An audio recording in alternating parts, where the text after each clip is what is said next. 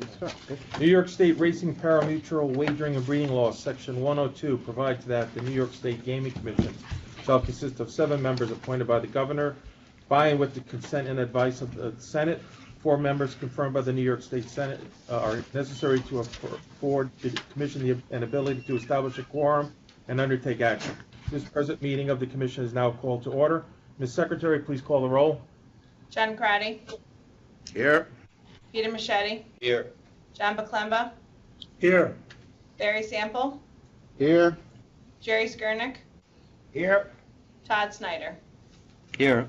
Ms. Secretary, please have the record reflect that a quorum of qualified members is present, thus enabling transaction of business. Chairman Sample. First, we'd like to do is consider the meetings from our November 27th meeting.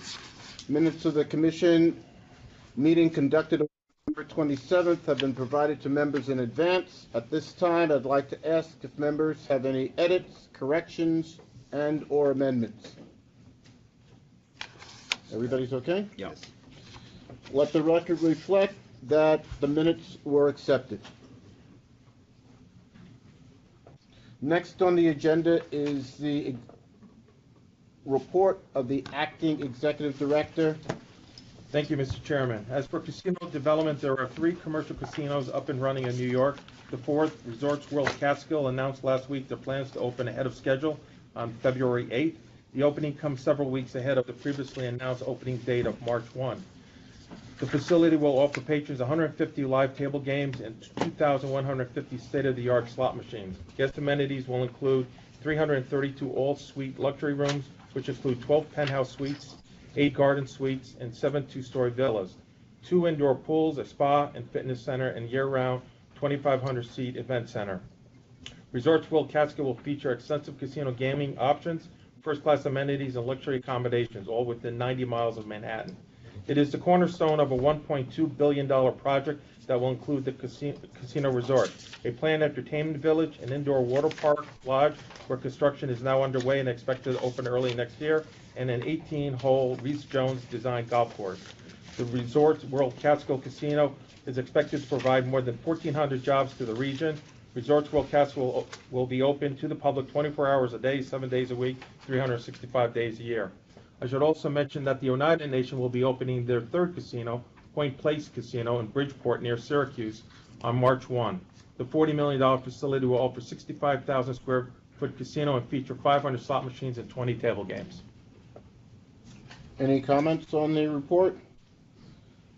One of the things that you may want to mention, particularly if we can get that information out publicly as much as we can, and something we may want to work with communications on. You talk about the 1,400 jobs in the Catskill region, but from what I was hearing is we're having an issue in finding enough qualified candidates for the positions that are there. Can you give an overview of what that situation looks like? Yeah, at the time right now, we've been speaking with Resorts World Catskill, and they have indicated that they are hopefully close to getting to the 1,400 by the opening date of February 8th. So we're hoping that they will get more people to apply between now and the opening date. Okay. The next item on the agenda is rulemaking.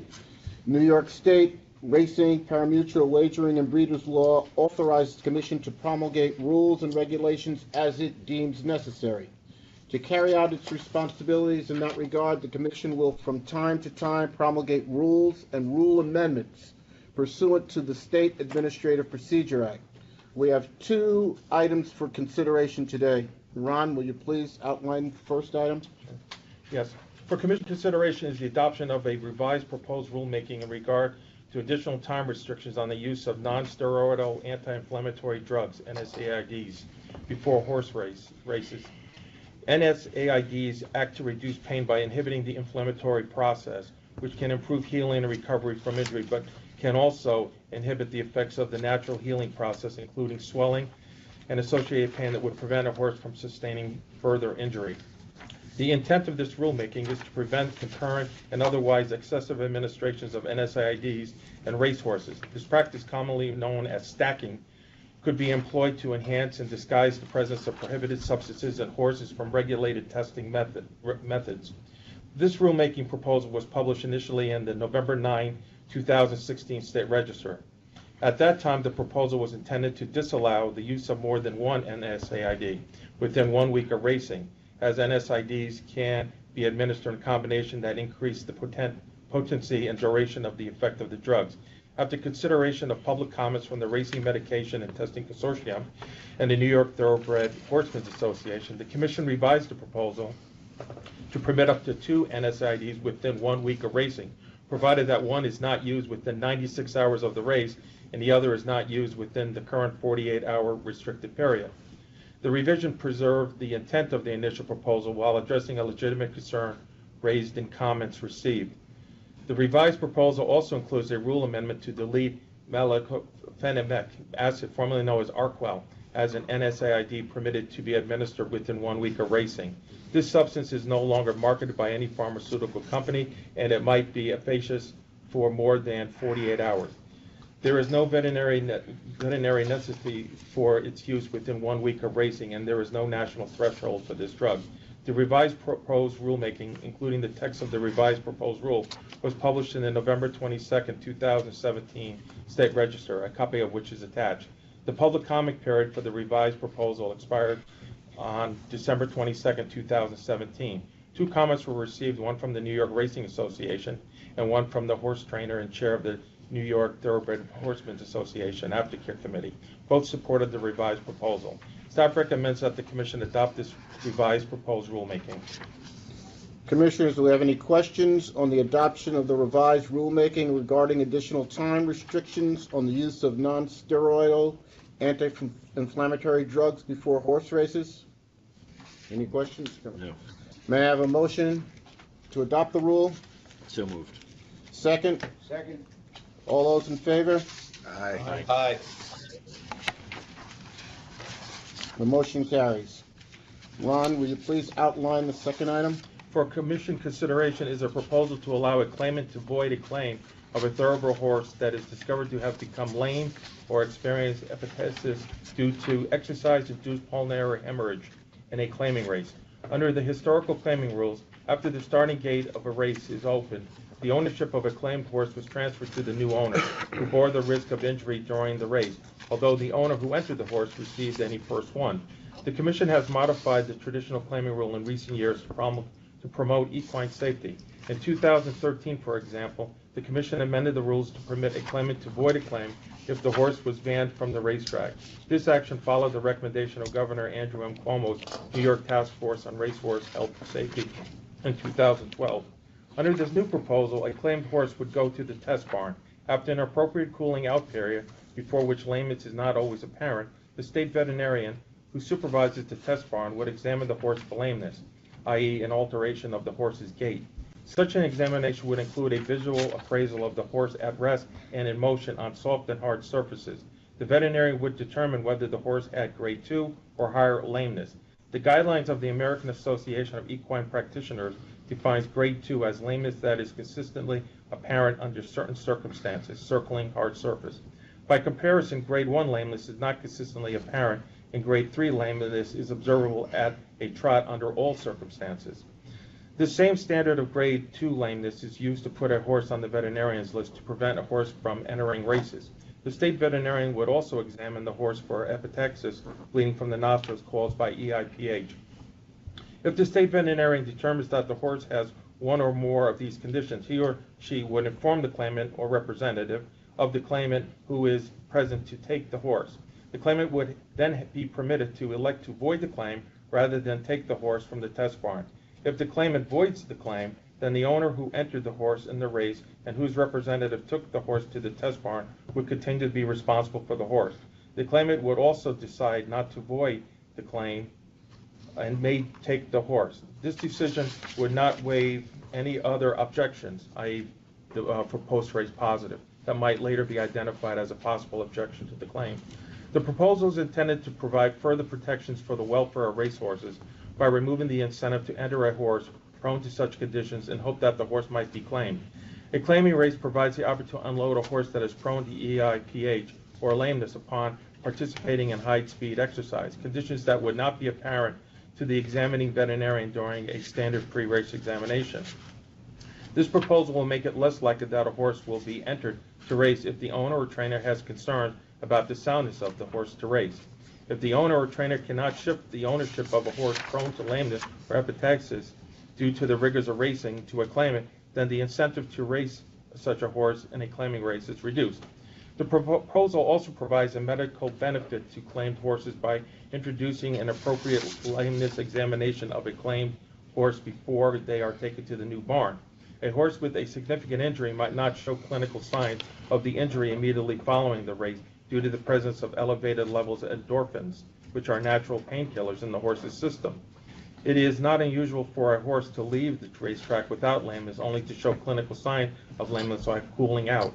A claimed horse otherwise might be put into a stall before the lameness is noticed and not receive appropriate medical and other care. The proposal would provide additional protection for the horse by creating an additional opportunity for detection of significant lameness following a race while under the direct supervision of an independent regulatory veterinarian. The California Horse Racing Board had a similar rule. California, however, permits a claimant to accept the horse notwithstanding post-race hepatitis or lameness only by indicating on the claim form before the race that the claim will take the horse regardless of such condition. The proposal before the Commission allows the claimant to determine whether to void the claim. The claimant would be permitted to make this determination after the state veterinarian reports his or her findings in the presence of the claimed horse to the claimant or a representative of the claimant. This option continues the advantage of the reform while permitting a claimant who may wish to accept the horse in view of his quality and the specific condition of the horse to accept the claimed horse. The proposal would further require the original owner to remain responsible for the claimed horse until the horse has been examined and released to the new owner. The proposal also makes some stylistic changes. Staff recommends the Commission authorize the proposal of this rulemaking. Commissioners, do we have anyone have any questions or comments Yes. on the proposed rule? One question, Mr. Chairman. Ron, in 2017, what percentage of on-track fatalities involved horses entered in claiming races? I'll defer to Dr. Palmer, Rick Goodell. Is Dr. Palmer on the line? Yes, he is. Yes, I am, Ron. And Ron, I'm not sure I have to look that up because I don't know for sure how many of them were in claim races. But I can tell you that claim races have a higher percentage of fatalities than do non-claiming races for sure. So without giving a precise number, I can tell you that there are more horses that experience fatal musculoskeletal injury in claiming races than in any other type of race at the track. So, Doctor, would you say that this proposal would benefit the effort to reduce fatalities? Yes, I believe it would.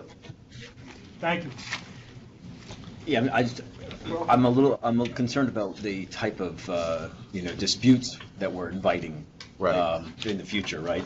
Right now we have a nice and clear rule, and we're giving up the nice clear rule for probably good and valuable reasons. But what we're inviting is a great deal of complexity in future disputes where someone says, the circumstances of the exam or the person who gave it or the way it was administered, weren't appropriate. To piggyback on the timeline, you race, you go to the veterinarian barn, Go to the test barn, everyone who races, only the ones that are claimed. oh, they're the claimants, okay? So then the vet looks at him there and says he's okay, Well, it would grade it 1, 2, 3. First he cools. Yeah. right? They cool down, Then and he then would- he grades him. Grades it. And then whatever he grades it, then the determination is made whether to accept the claim or not. And is there a set number that, Hey, Scott, can you explain the levels 1, 2, and 3? Certainly. The levels 1, 2, and 3 are standard universal guidelines prepared by the American Association of Equine Practitioners. And when Ron read the proposed memo, he described each one of these conditions. The issue, I'd like to just mention, take a kind of a little bit broader look at the question. And the question really is, as I understand it, that are we inviting opportunities for disagreement about whether or not the horse meets criteria for rejecting Right. the claim? That's the core issue, I believe. Yes. I think the most important thing to understand about the use of the grade 2 lameness is that is the grade that's used by the examining veterinarians, the regulatory examinarians, when they do their pre-race inspections to determine whether or not the horse is going to run that day. And then they if the horse is found to be grade 2 lame, the horse goes on the vet's list. Now, once the horse is on the vet's list, he can't race until he is removed from the vet's list at a later time. Now, if we apply, by using the same criteria in the test barn, the regulatory veterinarian who will be doing that examination will look at the horse and trot the horse on a hard surface, for example, which is one of the criteria for a grade 2 lameness. If the horse is lame at the trot in that regard, he will call the stewards and recommend the horse be put on the vet's list. Now, the fact of the matter is, as it is right now, we also have the possibility of, even without this rule, we have the possibility of people disputing whether or not a horse should be on the vet's list. But it's no different than the examination that's performed in the morning hours before the race. That once the veterinarian looks at the horse and puts him on the vet's list, that is not a debatable subject. He's on the vet's list. Then it just is a matter of making sure that he's sound to get off the vet's list. So in actual fact, the fact that the horse is going to be placed on the vet's list is the criteria, the substantive criteria to avoid the claim. There will not be a discussion about whether it's grade 1, 2, or 3.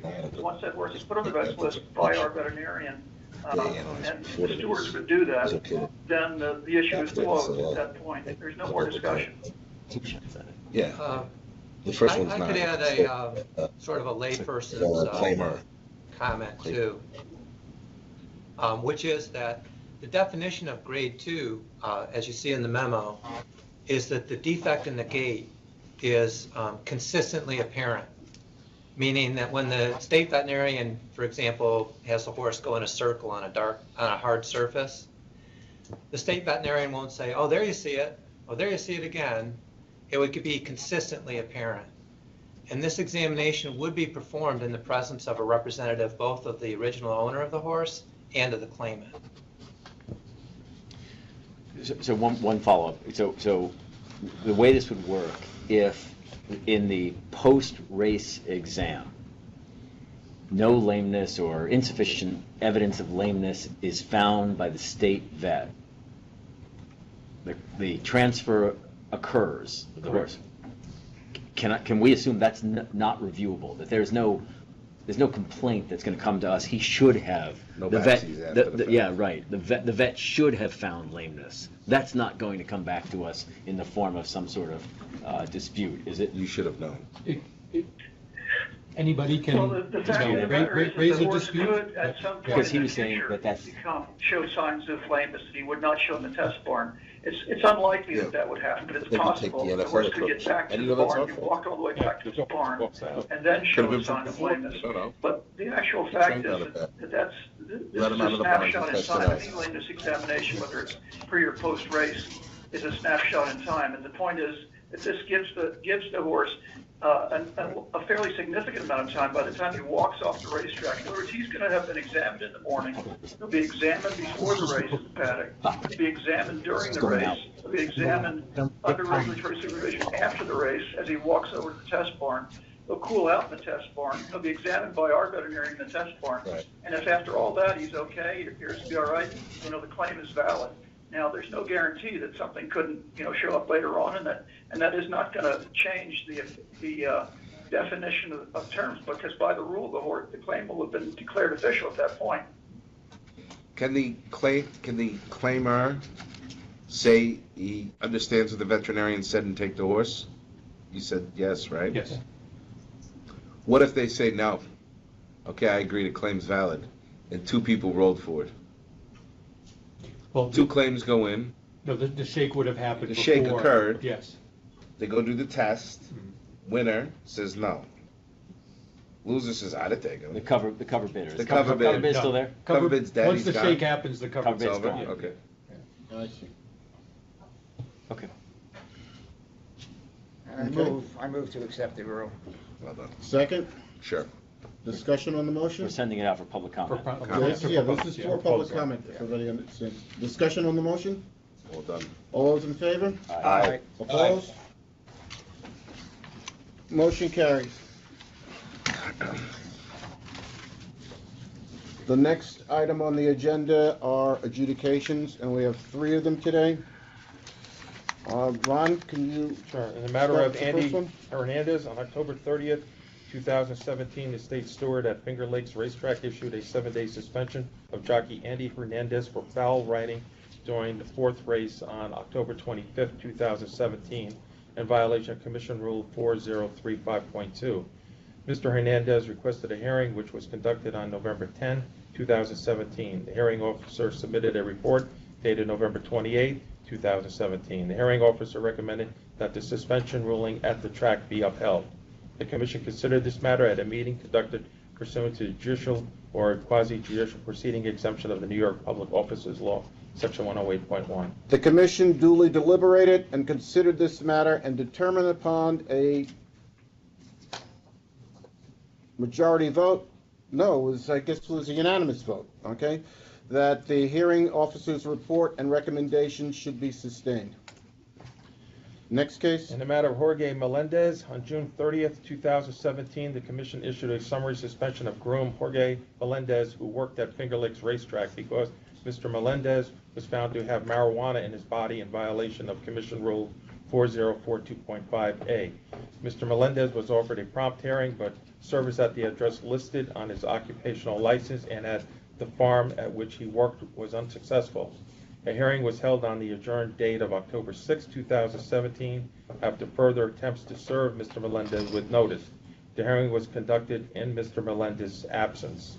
The hearing officer submitted a report dated November 19, 2017. The hearing officer recommended that Mr. Melendez's license be suspended for the remainder of the license period unless and until he participates in treatment and/or counseling satisfactory to the Commission. This matter is now ready for final agency determination. The Commission considered this matter at a meeting conducted pursuant to the judicial or quasi-judicial proceedings exemption of the New York Public Officers Law, Section 108.1. The Commission duly deliberated and considered this matter and voted to reject the hearing officer's report and recommendations. Next case. In the matter of William Mott, on January 23, 2015, the state steward issued a 15-day suspension and imposed a $1,000 fine on thoroughbred trainer William Mott for being responsible under the trainer responsibility rule for the presence of flunixin in an overage of formosamide in the horse Saratoga Snacks in the 4th race at Belmont Park on September 20, 2014, in violation of Commission Rule 4043.2D1 and 4043E14 with respect to flunixin, and in violation of Commission Rule 4043.2B6 and 4043.2E5 with respect to formosamide. Mr. Mott, through his attorney, challenged the steward's ruling on January 23, 2015, the same day it was issued. Commission staff on February 13, 2015 issued a notice for a hearing to begin on March 31, 2015. The hearing was adjourned to May 6, 2015, but Mr. Mott instead sued the Commission. Each of the then 6 commissioners, the Commissioner's then Executive Director, another Commission employee, the State Steward and then Hearing Officer, and the New York State Attorney General, each by name in their official capacities. The Mooresville Auxiliary of State University of College of Agriculture and Technology at Mooresville, and Dr. George Malin, the Director of the Commission's drug testing program. The lawsuit was brought in federal court on Long Island and alleged federal law violations based on the unavailability of residual blood samples from the horse for testing by the laboratory of Mr. Mott's choosing, after the Commission's laboratory had returned positive drug test results. Mr. Mott alleged the Commission had a constitutional duty to preserve samples for him to test. The judge stayed the agency hearing while considering the defendant's motion to dismiss. The court eventually dismissed the case on March 31, 2016 on the grounds that the federal abstention doctrine applied. Commission staff then worked with Mr. Mott and the hearing office to schedule the agency hearing, which was set for September 16, 2016. While purporting to cooperate in scheduling the hearing, Mr. Mott instead filed a lawsuit in state court in Nassau County, again naming the same defendants, including the then 5 commissioners by name in their official capacities. He did not serve the summons in this new case until early September However, waiting until approximately only 2 weeks before the scheduled Commissioner's January 11, 2018 agency hearing date to serve papers relating to the new lawsuit. The judge in Nassau County denied Mr. Mott's request for a temporary restraining order and preliminary injunction, concluding that Mr. Mott had failed to show that the unavailability of a residual blood sample from the horse was in bad faith or intentional, or that proceeding with an agency would cause Mr. Mott irreparable harm. The case was transferred to Schenectady County by order dated December 9, 2016, at the request of the defendants. The judge presiding over the court case has stayed activity in the lawsuit pending determination of this agency hearing. The hearing was conducted on January 30th, May 10th, May 11th, May 12th, July 19th, July 20th, and August 11th, 2017. The hearing officer requested post-hearing briefing, which was completed on November 10th, 2017. The hearing officer submitted a report dated January 10th, 2018. The hearing officer recommended that the penalties assessed by the state steward for the improper administration of fluanixin be affirmed. The hearing officer also concluded that Mr. Mox presented substantial evidence rebutting the finding of an improper administration of furosemide in Saratoga snacks. This matter is now ready for final agency determination. The Commission considered this matter at a meeting conducted pursuant to judicial or quasi-judicial proceeding exemption of the New York Public Officers Law, Section 108.1. The Commission deliberated and considered this matter and voted to sustain the hearing officer's report and recommendations. I think that closes out everything we have for adjudications. Any old business? That's our next item on the agenda. No old business? Okay. Hearing none, we'll move to new business. Any new business? Casino's opening up. By the time we meet next time? Yeah, February 8th, the casino opens up. As Ron was referring earlier, they're still going through their hiring pains. So if you need somebody who needs a job, doesn't mind going up to Catskill a couple of days a week, they'd be very anxious to consider any applications if anyone else can get the word out. I think they're also interested in having as many of us that we can to be there that day. I don't quite know what that... Remind me the date again? February the 8th. I don't know what day it's a Thursday. But that's when the ribbon cutting starts. They've spent a lot of time, energy, and it's going to be different than some of their other casinos. They're trying to make it more of a resort destination in terms of the type of clientele that they want to have at the facility. But if someone can free up, or all of us can free up that day to be there, I think they'd be very happy to have us there. Anything else you want to comment on that? Okay. Okay.